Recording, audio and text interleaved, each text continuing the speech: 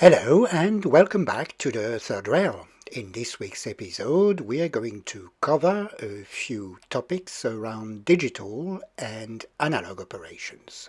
This video was triggered by a few viewer questions which I get on a regular basis, and the question is always the same: why aren't you using digital controls? I must admit that I'm always a bit surprised at how frequent the topic is on forums, for example, especially considering the fact that Märklin pulled the plug on analog operations about 30 years ago. I thought this would make a good topic for a video in any case, and I have decided to divide it in two parts. In the first part, I'll cover the reason which drove my choice of mode of operation on my current layout, and in a second part I'll share a few bits of information I've collected in my past as a digital operator, which will hopefully help a few people on their way. Let's start with a bit of background. Like a lot of people, I rediscovered the hobby only a few years ago, after staying away for a relatively long period of time of a few decades. I quickly realized that things had moved on a bit since the last time I had been playing with a train set as a child, so I decided to go with the flow and invest in the latest technology. So I invested in a digital control system, and I bought a mixture of digital locomotives and analog locomotives, which I then converted to digital in order to be able to run them on the layout.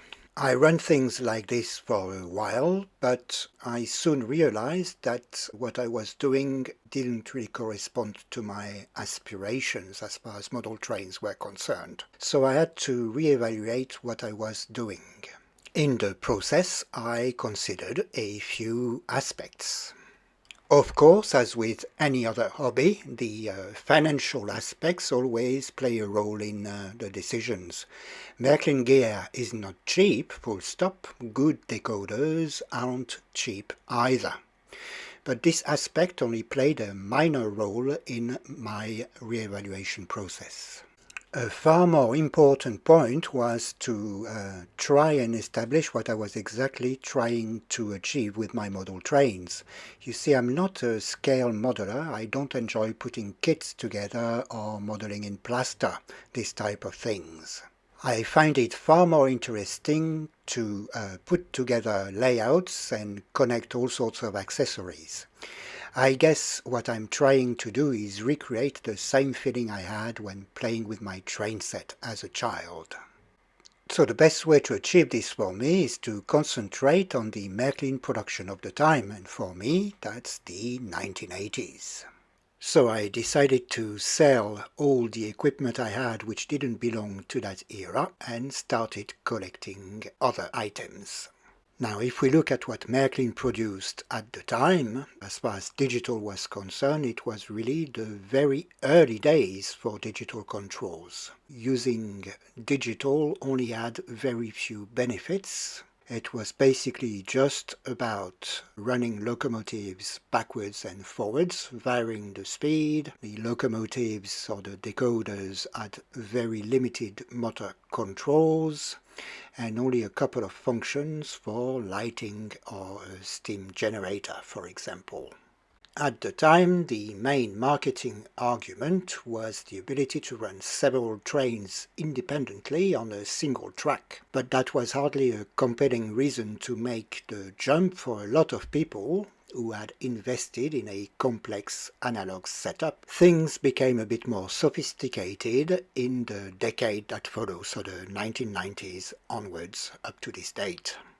On that front, there was also the personal consideration that I spent most of my career sitting in front of a computer screen, so I don't find it very stimulating to see a piece of software do what I want and what it's meant to do. There's no wow effect.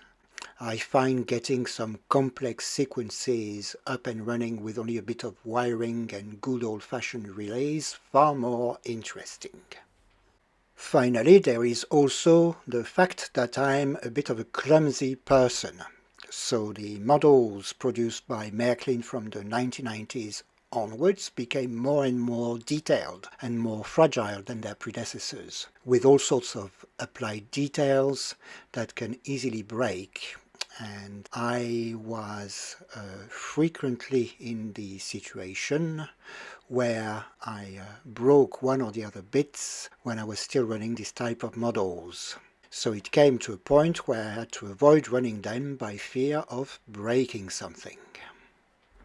So these were the main drivers that pushed me to collect the equipment I collect and run it in the mode I run them in at the moment. I still own a early Märklin digital controller and the associated keyboards and so on that were produced in the 1980s. And these come out from time to time. I also have a few of the digital models that were produced by Märklin in the 1980s. I don't have many of them, so not enough to do a running session or even a short. But I'm sure that as time goes on, and if I still produce videos, you'll see some of those on the channel. But this was just me. What about digital in general? As mentioned at the beginning of the video, it's been nearly 30 years since Märklin last produced an analog product. And whilst the analog functionality is still available on all decoders, it is not how Märklin wants you to use their stuff. The Märklin digital system offers more functionality out of the box and in a simple scenario is far easier to set up. To better illustrate the point, I've put together a little track plan representing a typical starter set scenario in analog mode. We have two ovals and a siding. In order to enable multi-train operations, I had to isolate the two ovals and feed them with separate transformers. All my turnouts are hardwired to little control boxes located next to the transformers. I also wanted to have the ability to leave a locomotive on the siding whilst another one was running on the inner oval. For this I had to set up an isolated track section on the siding and control it with a signal, which itself is also hardwired to one of the control boxes next to the transformer.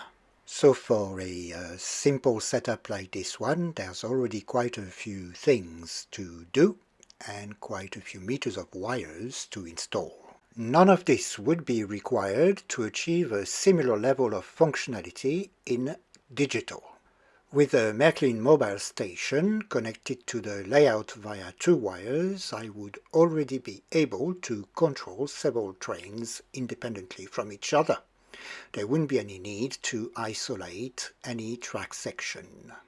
If I equip my turnouts with digital decoders, I will save myself the analog control boxes and associated wiring we saw in the analog version of the layout, and I'd be able to control the turnouts using the mobile station as well. Looking at the siding there, the setup would be far easier as well. All I'd need to do is to set up a turnout and a track, and the rest would be as easy as driving a locomotive onto the siding, setting the throttle to stop, and the job would be done. I could even use the siding to store several locomotives, as I'm able to control each of them individually. And I would have a far better chance of being able to match the speed of two locomotives driving on the same line so that they can simply follow each other, thanks to the finer speed controls available in digital. So it's far simpler to get going with a basic digital setup than it would be with an analog system. Since the Märklin digital system was designed as an upgrade originally, it was meant to be retrofitted to existing analog layouts. A lot of the operational concepts in terms of connectivity of accessories have been simply carried over from one world into another. Contact and switching tracks behave exactly the same way, and signals still require an isolated section in order to be able to control traffic. The only real incompatibility resides in the way the track is powered. So it's perfectly possible to use a digital station to run locomotives who are still operating accessories in an analog fashion. This makes moving to digital a relatively easy exercise for someone who already has an analog layout. If we take my example, the current layout 2021, all I would need to do in this case and disconnect the two transformers I'm using for the main lines and my depot and simply connect the mobile station to the existing wiring. And that would be it. I would be able to run all my locomotives digitally, all my automatisms, which I've set up already with contact tracks and switching tracks connected to signals and relays here and there, would still work as they did before. So the modularity of the Märklin digital system allows operators to deploy features as and when required. There is a lot of equipment available on the market that can be retrofitted to support this approach. And if your goal is ultimately to achieve an automated setup, then you'll need to invest in some form of computer control. There are several options available, from very cheap or even free to very expensive. But it still means that you need to maintain a computer in the close proximity of the layout. Now I'll go over a few thoughts based on my past experience. And the first one is to avoid cutting corners when it comes to digital command stations. It would be very tempting to save oneself a bit of money by buying a older version of the Märklin digital controller that was sold up until the mid-1990s, I think. That would be really a false economy. You wouldn't have access to the full feature set available on current locomotives. So as a minimum, if you want to drive trains and switch accessories, I would invest in the latest version of the Märklin mobile station. And if you want to do some event-driven management of your layout, then I would invest in the basic version of the Märklin central station. So it's not going to be a revelation that the majority of the Märklin locomotives produced since the 1950s can be converted to digital. And it's a good way to keep the good old favorite models running on a up-to-date layout as far as technology is concerned. However, if you were considering using conversions as a way to save yourself a bit of money, then I would reconsider or look at this option twice before engaging on this path. If I had to do it all over again, I would refrain from converting anything unless it's absolutely necessary. First of all, the models were not designed with digital in mind, so converting them might improve the driving characteristics a bit, but the models usually lag far behind what is done today in terms of realism. From a financial perspective, if you add all material and shipping costs, the good decoders are not cheap. If you add the time investment, the mistakes made along the way, you'll quickly get to the price of a used digital locomotive. So you might as well have bought one in first place and save yourself the hassle.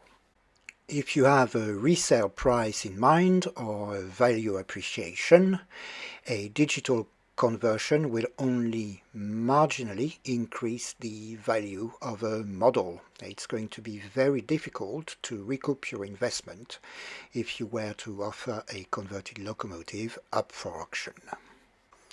When it comes to the choice of digital decoders, I wouldn't use the financial aspect as a guide. There are a lot of cheap options around from various manufacturers, which might make financial sense, but the choice might come back to bite you further down the line. Märklin produces a very basic decoder that works very well. If you're in doubt, I'd go for this one. On the digital decoder side, but this time looking at the physical layout, any new function there will generally require a new digital gadget. And this digital gadget might require a digital gadget of its own to operate properly. This means that things can add up financially relatively quickly. So it's very important to do a bit of research before engaging on one or the other path. User manuals available for download on most manufacturer websites are usually a good source of information. So are the authorized resellers for the various bits of equipment. They usually are able to answer technical questions during the pre-sale process. Of course, there are also model railway forums, but there the information might not be as reliable as the manufacturers or resellers. The last few points might have sounded a bit negative. I'm not trying to discourage anyone from going down the digital route. Far from it. Actually, I think that if you are starting the hobby today with a Märklin system from scratch, then your best option is to go digital straight away. And if you intend to invest in equipment that was produced from the 1990s onwards, you'll actually get a far better experience with a digital system than you would with an analog system. Given the amount of options available and choices to be made when going for a digital setup, things can become quite confusing or blurry very quickly. A way to dissipate the fog, in my opinion, is to start by drawing a track plan. This way you'll be able to look at the train routes and the various accessories you need from a physical perspective. And based on these needs, you'll be able to draw up a list of requirements which you can then use to drive your choice as far as command station or digital controls are concerned. So my first investment would be in a bit of track planning software. Everything will fall into place from there. So we're nearly at the end of the video. As you could see, I'm not running anything digital, not because I hate digital, but because there would only be little benefits for the type of stuff I collect. That's about it. I hope the few considerations on digital will be helpful to some and that I help dispel a few myths along the way. For now, I'd like to thank you very much for watching. It's very much appreciated as usual.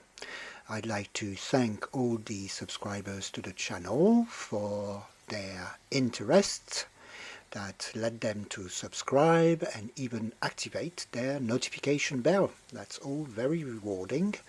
So are the little likes I get from time to time. Thank you very much for this. Bye for now.